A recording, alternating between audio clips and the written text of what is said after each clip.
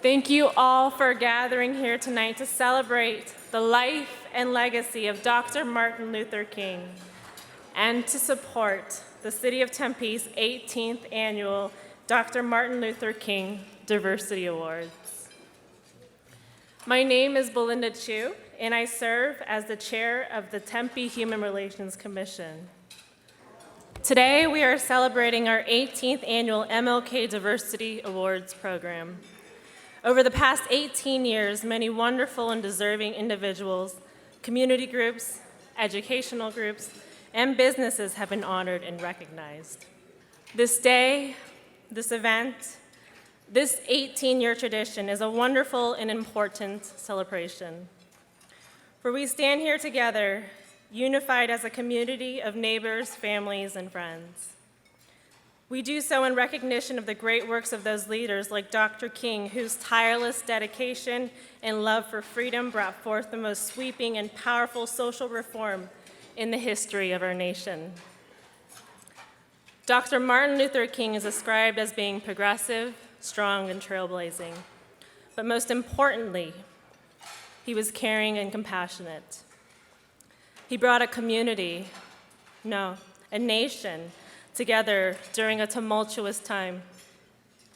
Some thought one man could not create this much change. He proved them wrong. Tempe embodies these same characteristics. You will often hear Tempe being described as progressive, strong, and a trailblazing city. But the most important quality about Tempe is its compassion and care for others, which is the compassion that drives our success.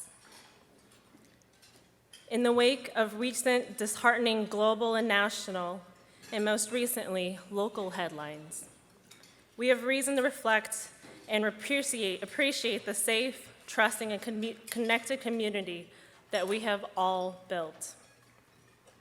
This year, the city came together like we've never done before.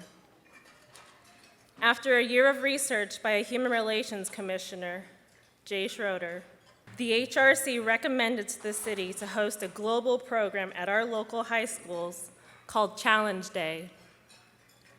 Then the work began. The Diversity Office, the Human Relations Commission, the Tempe Police Department, the Tempe Union High School District, and the Tempe Elementary School District joined forces to bring Challenge Day to all 7 Tempe Union High Schools and a pilot program at Gilliland Middle School. This endeavor even marks history for Challenge Day, making Tempe one of the few cities globally to have every high school participate in this program. What is Challenge Day?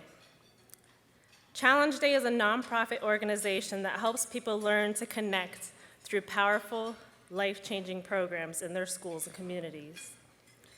The day-long interactive program provides teens and adults with tools to tear down walls of separation and inspires participants to live, study, and work in an encouraging environment of acceptance, love, and respect. Challenge Day programs increase self-esteem and help shift dangerous peer pressure to positive interactions. With us here tonight are some youth participants and adult volunteers from Challenge Day. The students are here today thanks to the generosity of the Tempe Fire Union and Tempe Officers Association. These men and women of our public safety team understand the importance of programs such as Challenge Day because they often have the very difficult job of being the first responders at tragedies such as teen suicide and overdoses. Thank you for the generosity of your service. This community has really come together. In true Tempe fashion, city council members, local business owners, city management, police and fire personnel, Tempe leadership, community members and residents are among the 25 volunteers at each site who will help ensure the success of the event. I would now like to turn the program over to Mayor Mark Mitchell.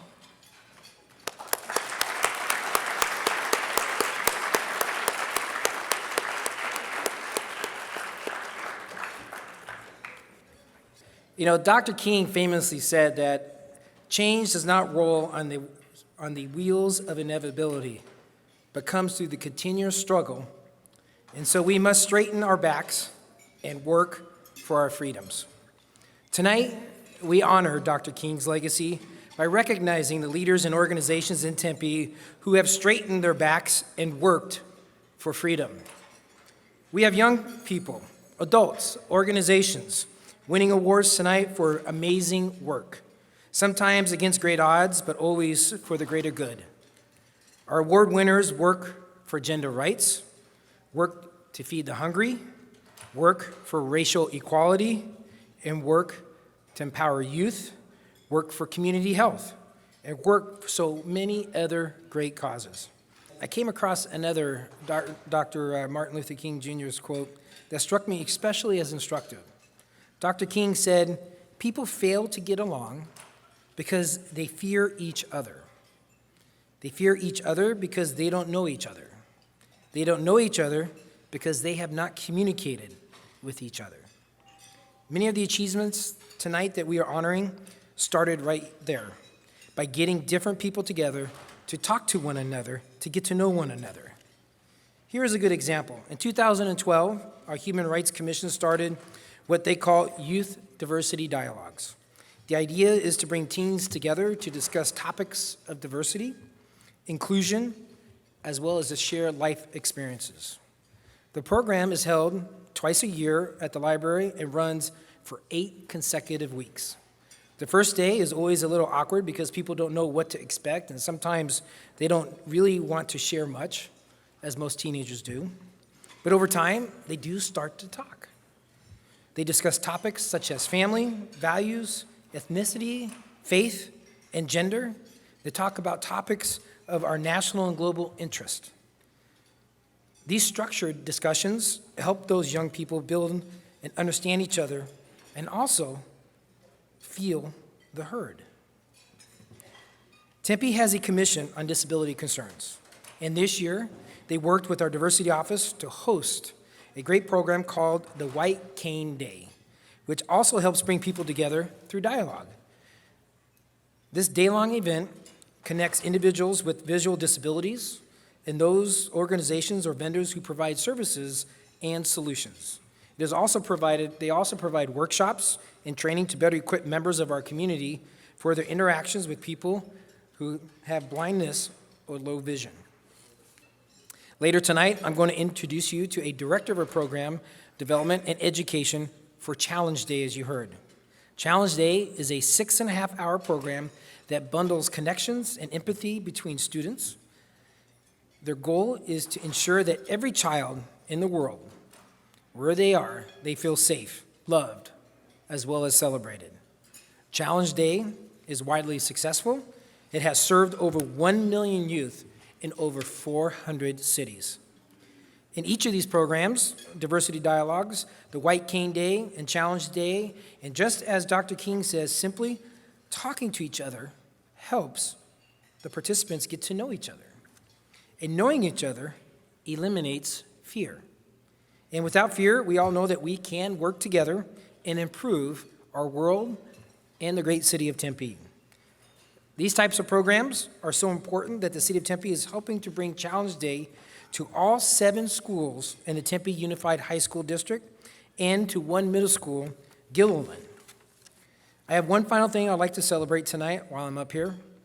And this one is something that could only happen with all of us working together, and it's an honor that we all share.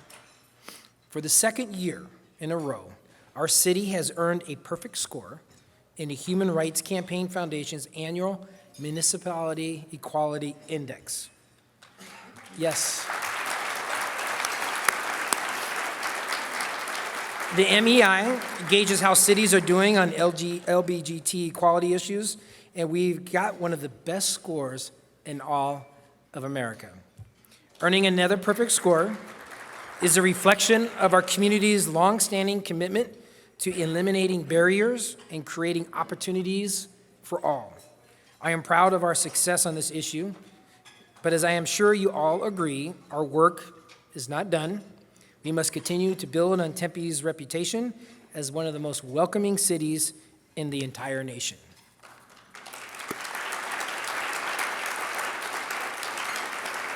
Speaking of being welcoming, I want you to know, and I'd like for all of you to welcome up here on the stage our keynote speaker.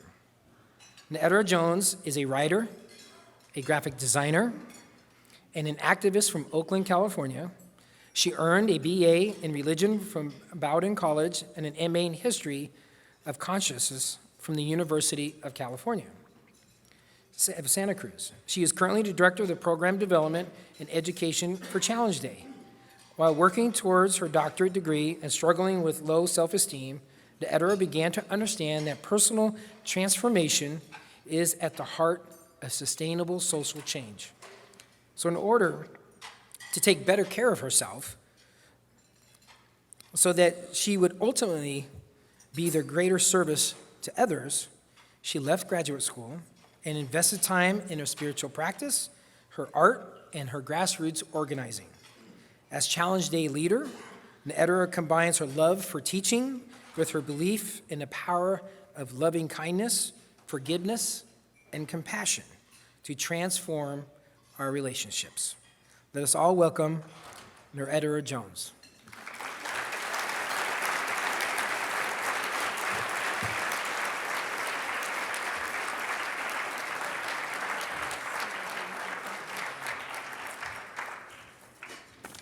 So this evening, I want to talk about love. Love, as Dr. King thought about it, and the relevance of his idea of love to our contemporary moment. But first, I'm going to ask us to do something. I'm going to ask that we just take a look around, and I'm going to ask that you start with the tables you're sitting at and take an opportunity to just notice who you're with. Make eye contact with the people you're sitting with. Well, if you're laughing, it means you felt the spark. Yeah, but just notice how it feels to intentionally connect with someone. Yeah. Now, I know if you're anything like me, as soon as I said look around, it got a little weird, yeah? Got a little awkward. Because if I'm really honest, the truth is that 80% of the time connecting with other people is tricky for me. I'm that person that'll stand in the elevator with you and not say a word. You know that person?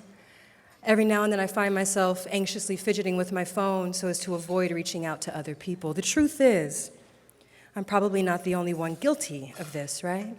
Many of us avoid connecting. It's almost a habitual thing. But the truth is that neurologically speaking, we are wired to connect with one another. We are wired to love each other. We're wired to be in relationship to each other. Simply holding eye contact with someone for a while releases oxytocin. Right? And many researchers are confirming that oxytocin has the effect of making us feel more trusting and more bonded together, so much so that they call it the love hormone or the bonding hormone, yeah? Now, of course, our survival as a species has always depended upon our ability to connect with each other and to live and to work together. So, in other words, we might say that our survival has always been dependent upon the quality of our relationships and our ability to lovingly connect with each other. Now, of course, there's a danger in talking about love, yes? I mean, let's be real, love has a bad rap, right? It has a bad rap as being frivolous or being trite, maybe even woo-woo, as some people will say, right? Or a little bit too commercialized or fake, or maybe even, some of us may think that love is too bit of a light concept to really address the gravity of our social problems. But as it turns out, love is one of the most enduring, and critical concepts in Dr. King's entire body of work and in his approach to social justice. So in honor of Dr. King's life tonight, in honor of his willingness to suffer indignities, to suffer emotional and physical harm, in honor of his brilliance, in honor of his tenacity, in honor of his love for each and every one of us, I want to talk about the remedial, transformative, and healing power of love. So on a fall night, back in 1961, Dr. King stood before a group of folks. They were called the Fellowship of the concern. They were an interracial group of clergy and businessmen, journalists, and other business folks who were agitating for racial justice, and he sought to explain to them, now they were a relatively conservative bunch in the fight for racial justice, but he sought to explain to them the rationale behind the student sit-ins, freedom rides, and other forms of nonviolent civil disobedience. Now for the fellowship, kind of similar to some folks today who believe in racial justice but chide the chosen tactics of Black Lives Matter activists. For the fellowship, civil disobedience was the wrong tactic. It was the wrong approach to social change. But for King, the philosophical assumptions informing the student movement, they were worth grappling with, not only because the movement or the people in it represented a moment where a group of folks were actually acting on what he felt was our moral imperative to resist injustice, but also because one aspect of the movement's philosophy was so deeply redemptive in King's eyes, and that concept was love. But before I go on, I'd like for us to think about why a term like love, so hackneyed and often eviscerated of any potency, why might it be necessary for a moment such as this? For a moment when wealth inequality continues to widen, a moment when reliance on incarceration continues to trump restorative and preventative solutions to our social problems, a moment when violence against girls, women, and trans women of color in particular has reached epidemic proportions, a moment when thousands of undocumented minors escaping violence in their countries of origin are sent back to those countries without due process. A moment when the regularity of war, attacks on civilian spaces, school shootings, and general militarization has become kind of the white noise in the background of our lives. A moment when xenophobia, racism, and irrational fears of difference are manipulated to ferment conflict and animosity between us. And a moment when LGBTQ teens make up over half of the homeless youth population. In a moment when climate change wreaks havoc on our ecosystems. In a moment when over 2 million adolescents struggle with mental health issues, so much so that the Center for Disease Control has categorized suicide as the second leading cause of death among our young people. In a moment such as this, we need hope. We need hope and we need faith in the possibility of creating change and bringing into being a community where freedom, equality, and justice are not just abstractions and ideals, but are truly meaningful for all of us. So, we typically think about love in the romantic sense, right? The word alone triggers images of flowers and chocolates and rom-coms and love songs and things like that, right? Y'all know what I'm talking about. I'm talking about that kind of love that broke your heart so you ain't trying to think about love anymore, right? That kind of love. That kind of love is so pervasive in popular culture, but that is not what Dr. King had in mind. The kind of love King often referenced derives from the Greek word agape. Agape meaning selfless love, and it gets reimagined in the Christian texts that influence and shape Dr. King's thinking. It comes to mean the love God has for humans, and by extension, the love we ought to share between one another because we are all human beings. As he addressed the fellowship of the concerned, Dr. King described it this way. He said, agape is more than romantic love. Agape is more than friendship. Agape is understanding. It is creative, redemptive goodwill to all men. When we rise to love on the agape level, we love men not because we like them, not because their attitudes appeal to us, but because God loves us. Here we rise to the position of loving the person who does the evil deed while hating the deed the person does. So when I refer to love at this point, I mean understanding and goodwill. Now, if we were to translate Dr. King's ideas into purely secular terms and update the gender politics a little bit, we might say that love in the agape sense, or this notion of understanding goodwill, that King ends up boiling it down to. It refers to a kind of altruistic, compassionate, cooperative, and understanding way of relating to one another. This way of relating to one another, it has the capacity to compensate for the forms of non-relation that have caused so much conflict and so much suffering: racism, sexism, homophobia, transphobia, classism, ableism, and so on. See, one of the ways that oppression operates is by keeping us ignorant of each other. And I mean that in the truest sense of the word, of not knowing, yes? You were kind of referencing this a moment ago. Oppression kind of swaps out real understanding and replaces it, yes? With incendiary sound bites, inflammatory news articles, and dangerous images that tend to fan the flames of fear and bigotry. But love masters fear. Understanding and goodwill enables reconciliation between the most bitter of adversaries. Love, Dr. King wrote, is the most durable power in the world, because it can, as he said, transform opponents into friends. It can bring about miracles in the hearts of men. Hate is rooted in fear, King wrote, and the only cure for fear is love. Not arms or weapons, but love, understanding, and organized goodwill can cast out fear. In the vast body of work Dr. King left us, speeches, letters, essays, love is always a remedial, healing, and restorative force. Love is kind of like the zeitgeist out of which the beloved community is birthed. It is the cultural and ideological framework within which ethical, equitable, and integrative institutions can emerge. We need this kind of love now if we are to move beyond a modest and safe notion of diversity and towards a more robust and structurally impactful kind of diversity. King's thinking about love, it doesn't let us off the hook with the add marginalized people and stir kind of model, yeah?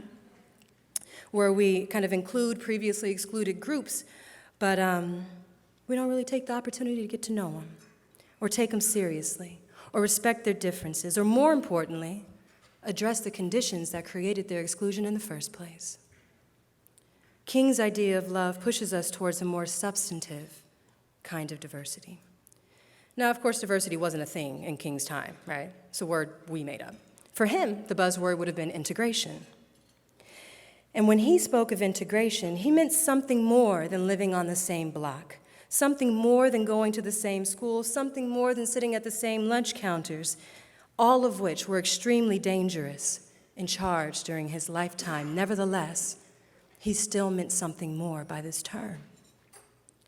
By integration, he meant a deep, genuine, interpersonal, and intergroup living that recognizes our necessary interconnectedness. Today, we might say that the concept of biodiversity gets us a little bit closer to understanding what King meant by intergroup living. Now, of course, biodiversity refers to the varied and interconnected and almost like mutually constitutive way that different organisms live together in an ecosystem and enable it to thrive. So in a biologically diverse ecosystem, every organism is needed. Every organism is important, right? Everyone, and they all contribute something to the sustenance and maintenance of that community. We, you and I, we are a part of an intricate global ecosystem. No person, no human being ever born to this earth was extra or somehow superfluous. Every human being matters. And whether we can see it or not, each person has a unique contribution to share with the world. Yet, the world we've inherited, the world we reproduce daily, is one in which not all lives are treated as if they matter equally. It is a world in which we do not see ourselves in one another, but rather deny our relatedness and tenaciously cling to social identities that can obscure our common humanity. Now, don't get me wrong. I'm actually very proud of my identities. I unapologetically separate being a femme-identified, queer Black woman who grew up in a working-class family in the Bay Area of California. All of those identities make up who I am. I am deeply grateful for the richness of those specific identities and cultural places, what they bring to my life. But at the same time, I believe it is also true that in order to redeem ourselves, in order to right this historical and persistent wrong, we must hold both aspects of who we are, the particular and the universal. We have to hold them together. and begin to see that it is in our specificity, it is in our embodied differences, it is in sharing what it actually feels like to live our particular lives that we begin to notice our similarities, cultivate compassion, cultivate empathy, and connection. In other words, we begin to practice love as understanding goodwill. This is the work that we do at Challenge Day. We create environments where young people and adults can practice understanding one another by vulnerably sharing about their lives, by learning about the lives of their peers and the adults around them, and finding common ground to build safer school communities. Last year, we were invited to host Challenge Day workshops at McClintock and Marcos. And in every Challenge Day, we require adult participants. We require about one adult for every 4 or 5 young people that participate in the workshop, both to ensure that students who need additional support after a Challenge Day receive that support, but also to begin to break down the barriers between the young people and the adults, right? I mean, I don't know about you, but growing up, there was always a separation between the grown folks and kids, right? So for us at Challenge Day, it's really important to begin to chip away at those barriers and allow people to meet each other across that divide. In my career as a Challenge Day leader, and now as the Director of Program Development, I've probably facilitated close to 500 workshops. And it's always a pleasant surprise to have a principal come and hang out with us for the whole day. Every now and then we might have a school board member come and hang out with us, but it is extremely rare and highly unusual to have city council members show up, to have police and fire personnel show up, and many business leaders and political figures in the community. It's really unusual for that to happen, but that is exactly what happened when we came to Tempe.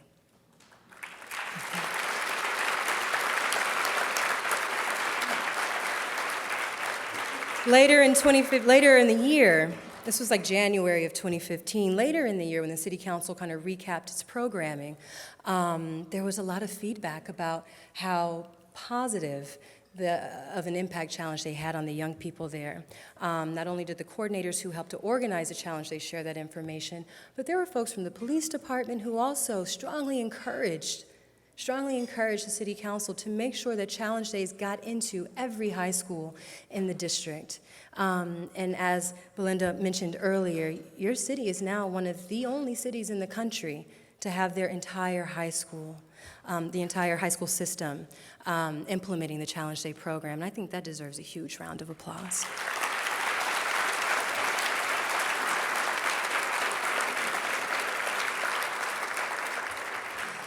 And we're clapping because I want you to get a sense of what we're really talking about. Just this week alone, we're talking about 450 young people, upwards of 75 adults, having an opportunity to just get real, to talk about what it really feels like to live their lives and begin to get to know each other beyond whatever kind of ideas we may have had about who that person was in advance. That level of commitment to community building and equipping your youth with critical interpersonal skills, it's a big deal, so I really don't want us to miss how important this is that your city is doing this. Back in the day, when Challenge Day was founded, back in 1987, our founders had a pretty simple insight. They were like, look, there's no such thing as a bad kid. Just a lot of people running around here who've had challenging life experiences, who've struggled with chronic stress, who've suffered from complex trauma, and they have varying abilities to cope with it. So they reasoned back then that in order to create safer schools, we had to teach young people how to constructively engage with and safely express their emotions. And based on their emergent self-awareness, they could begin to share their experiences with others. In that process of sharing, we could get to know each other better, become more socially aware, build better relationship skills, and create more compassionate connections. Essentially, Challenge Day participants discover what's possible when love is our guide. Now, to be clear, we don't walk around talking about our work in terms of love. That might actually freak out some parents and administrators somewhere. So we don't do it that way. Instead, we tend to talk about our work in terms of the social and emotional skills it lends to our participants, skills that foster the kind of understanding, selflessness, and connectedness King described, skills that not only improve school climate, but also have the added bonus of facilitating greater academic achievement. Now, the reason why that happens is a whole other conversation about neurology that I'm happy to talk to you about later. Catch me outside or something. That's beyond the scope of what I want to say. But if you're actually in a Challenge Day workshop, it doesn't feel like you're learning a skill. There's some young people here tonight who might attest to that. It feels like, for the first time, you feel free enough to be yourself. No one judges.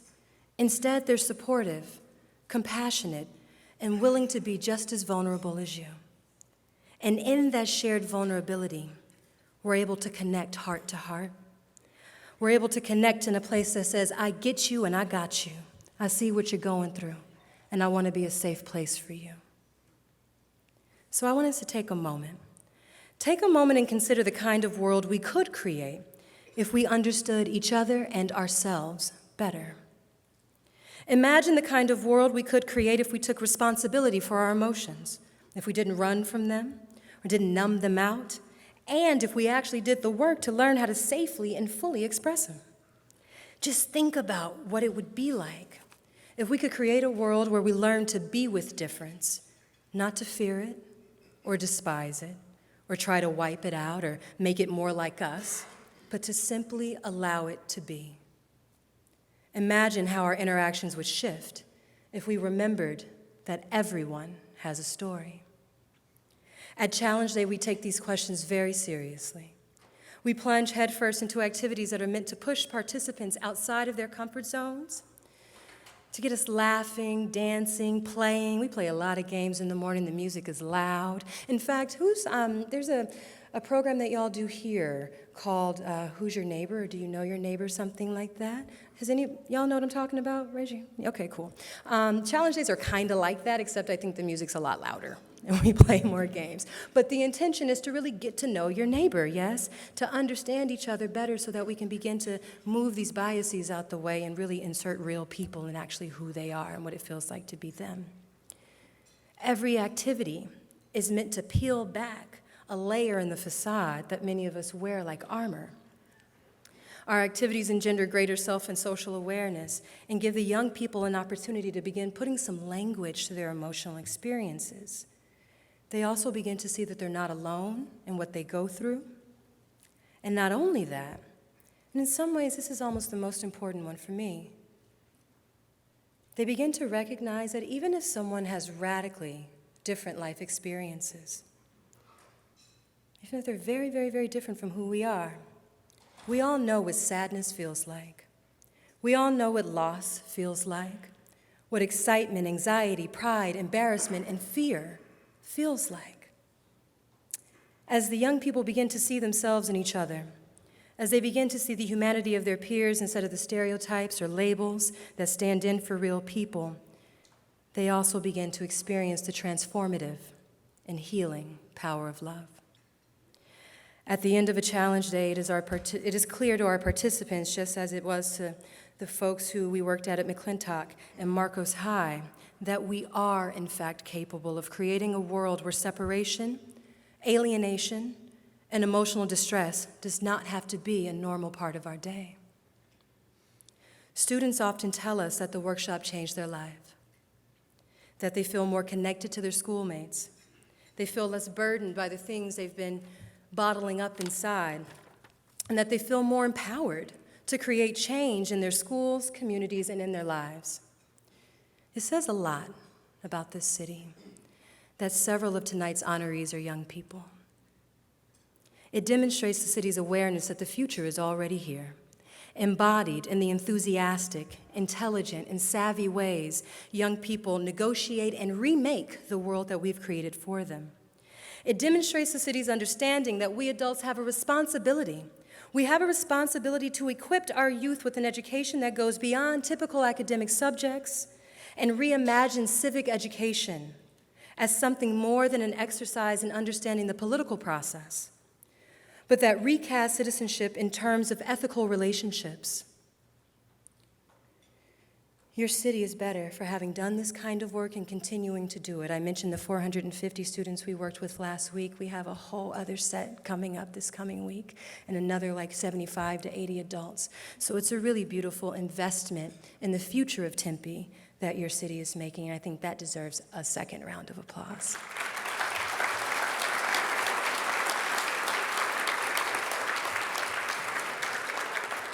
The adult honorees also embody the ethos of service, inclusion, and goodwill, understanding that Dr. King associated with the practice of love, from their work with youth around diversity issues to advocating for economic justice to supporting the legal needs of underserved communities.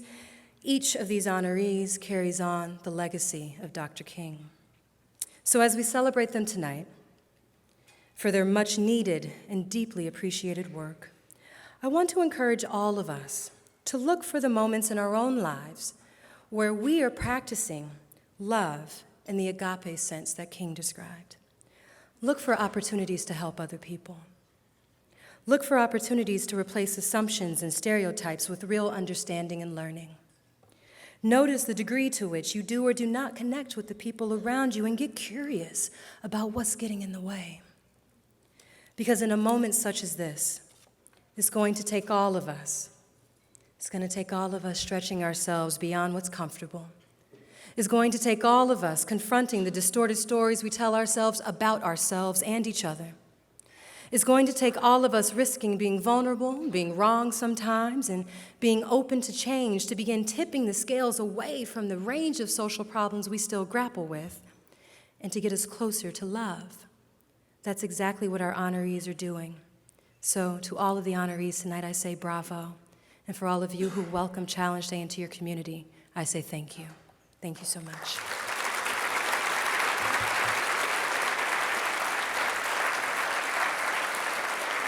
MLK Diversity Awards were created by the Tempe Human Relations Commission to honor those individuals, businesses, and organizations in Tempe that have demonstrated a commitment to celebrating diversity and inclusion in our city.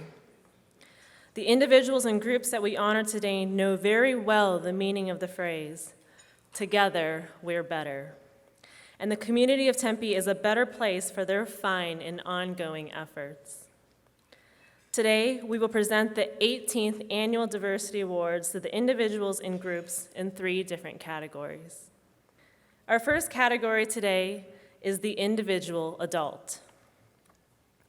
The first recipient in the individual adult category is Flora Farago. Flora Farago volunteers her time to social justice issues surrounding diversity and inclusion.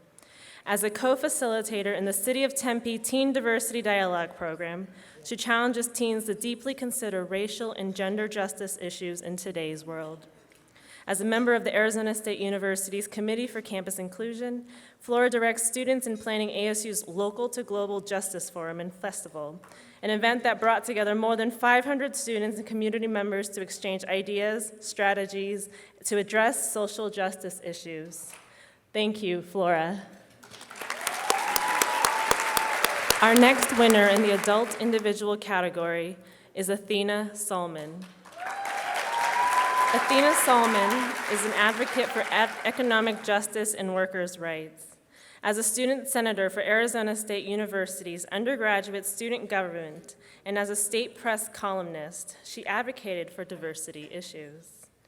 As a Unite Here Local 631 shop steward, she recruited and nurtured refugees, Latinos, and underrepresented groups to become their own advocates.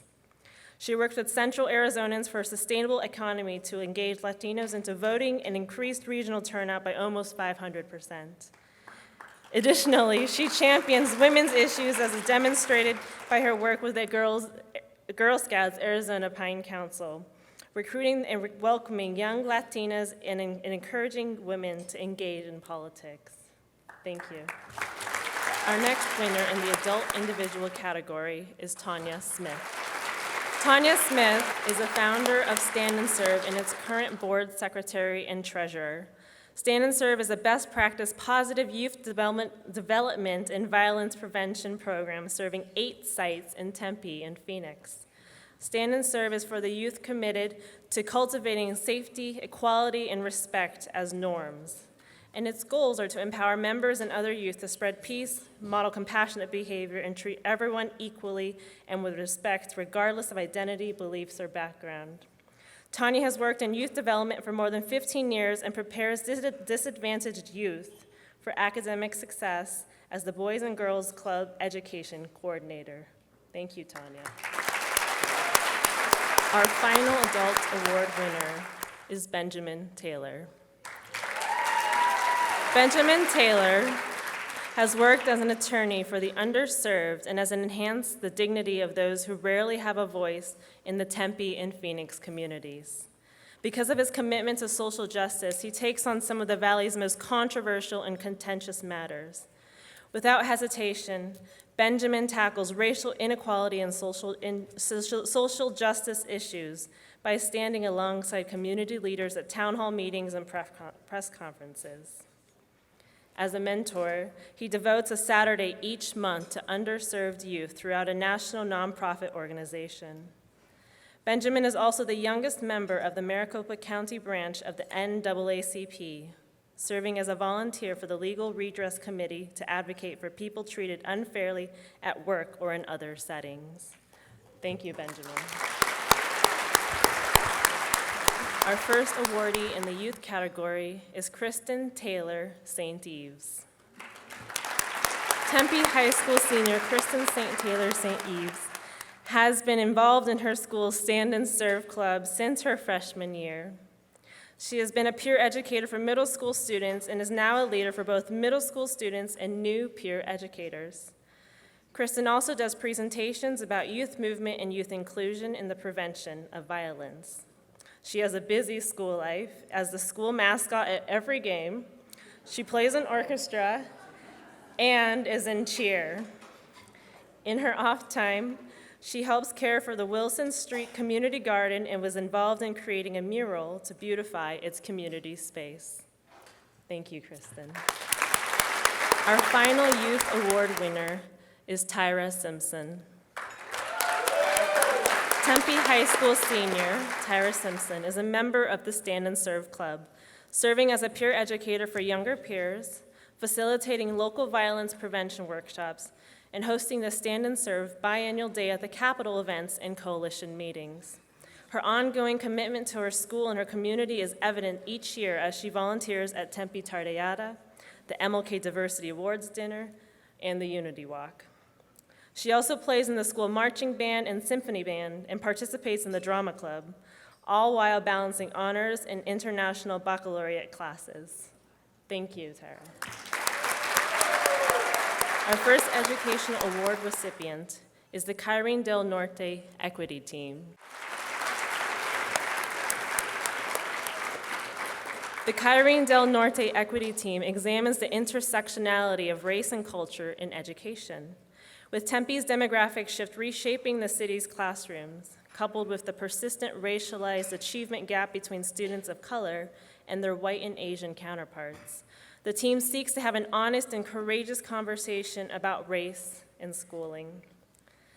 Equity team members seek to build their capacity in understanding the role of race and culture at Norte, change the narrative about the achievement gap, and provide professional development to the larger school community in ensuring the closure of the achievement gap. The Norte Equity Team exemplifies a commitment to diversity by removing students' racial identity as a predictor for school success. Please welcome the Kyrene Del Norte Equity Team.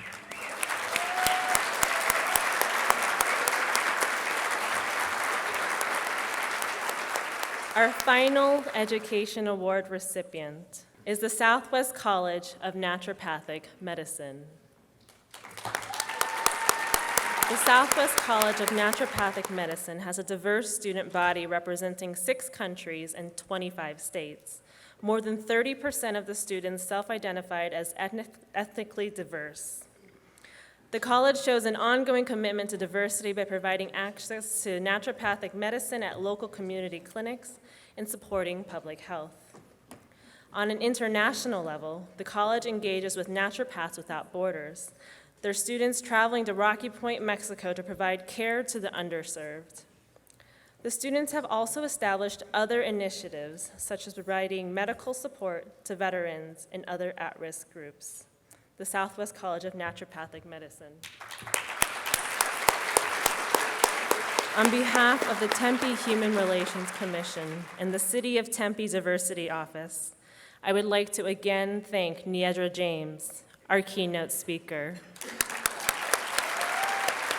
We would like to thank each of you for being here today. Our community values and celebrates our diversity and the strength that it brings.